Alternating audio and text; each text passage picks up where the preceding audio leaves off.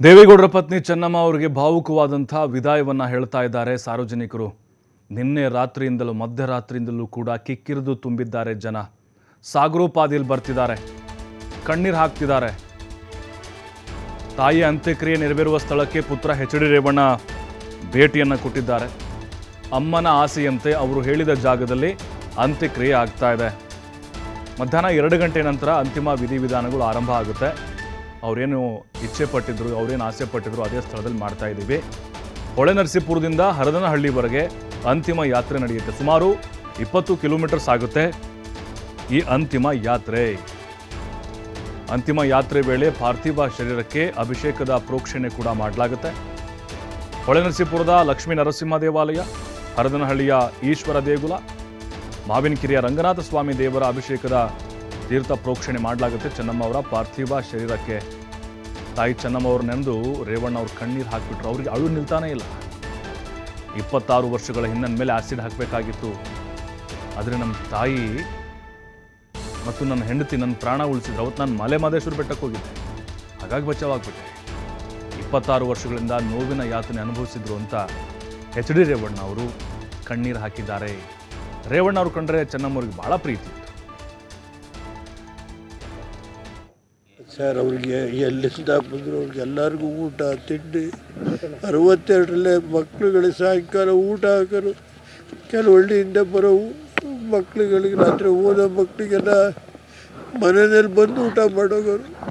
ಮತ್ತು ಆ ಥರ ನಮ್ಮ ತಾಯಿ ಬಂದವ್ರಿಗೆ ಊಟ ಇದು ಅವ್ರ ಕೈಲಾದ ಇದ್ದರೆ ದುಡ್ಡು, ಕೆಲವು ಹೆಣ್ಮಕ್ಳು ಬಂದರೆ ಸೀರೆ ಕೊಡೋದು, ಎಲ್ಲರನ್ನೂ ಕೂರಿಸಿ ಮಾತಾಡೋಂಥ ದೇವತೆ ಸರ್. ದೇವತೆ ಕಳ್ಕೊಂಡಿದ್ದೀವಿ ಅಷ್ಟೇ. ರಾತ್ರಿ ಹೋಗಿತ್ತು ಅಲ್ಲಿಗೂ ಅವ್ರ ಆತ್ಮಕ್ಕೆ ಇದಾಗಲಿ ಅಂತ ನಮ್ಮ ತಂದೆ ಊರವರೆಲ್ಲ ಹೇಳಿದ್ರು ಅಂತ. ಲಕ್ಷಾಂತರ ಜನ ಬೆಂಗಳೂರಿಂದ ಇಲ್ಲಿಗೆ ಬರ್ಬೇಕಾದ್ರೆ ನೀವೇ ನೋಡಿದಿರಲ್ಲ ಸರ್.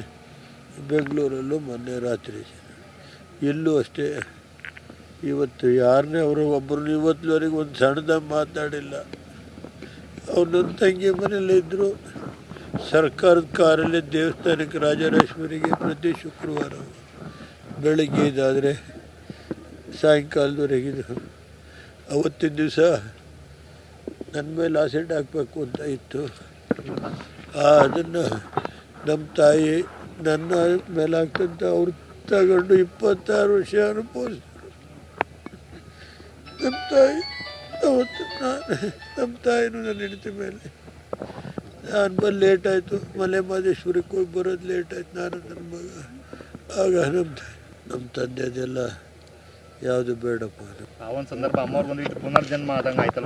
ಅದು ರಾಜರಾಜೇಶ್ವರಿ ತಾಯಿ, ಅಲ್ಲಿ ರಾಜರಾಜೇಶ್ವರಿ ಗುರುಗಳಿದ್ದರು. ಅವರು 2-3 ತಿಂಗಳು ವನವಾಸ, 6 ತಿಂಗಳು ಕಾಲ, 3 ತಿಂಗಳು ಪ್ರಜ್ಞೆನೇ ಬಂದಿರಲಿಲ್ಲ.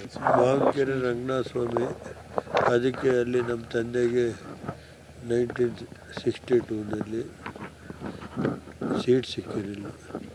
ಅವರು ಎ.ಜೆ. ರಾಮಚಂದ್ರಾಯರು ಅಂತ ಹೇಳಿ ಜೊತೆ ಇದ್ದರು ಅಂತೇಳಿ ಕಾಂಗ್ರೆಸ್ ಸೀಟ್ ಇಟ್ಟಿದ್ದನ್ನು ತಪ್ಪಿಸಿರೋದು.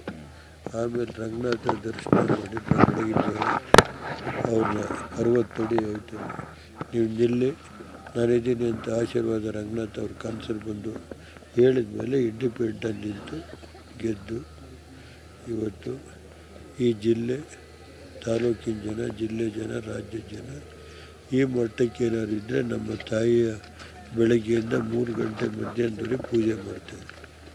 ರಂಗನಾಥ ಸ್ವಾಮಿ ಸನ್ನಿಧಿನಲ್ಲೇ ನಮ್ಮ ಕುಟುಂಬಕ್ಕೆ ರಂಗನಾಥ ಸ್ವಾಮಿ ಮತ್ತು ಶೃಂಗೇರಿ ಗುರುಗಳು ಚೆನ್ನಮ್ಮನವರೇ ಬನ್ನಿ ಅಂತ ಕರೆಯೋರು ನಮ್ಮ ತಾಯಿ. ಮೊನ್ನೆ ನಮ್ಮ ತಂದೆ ನನ್ನ ಕತೆ ಇದ್ದರು.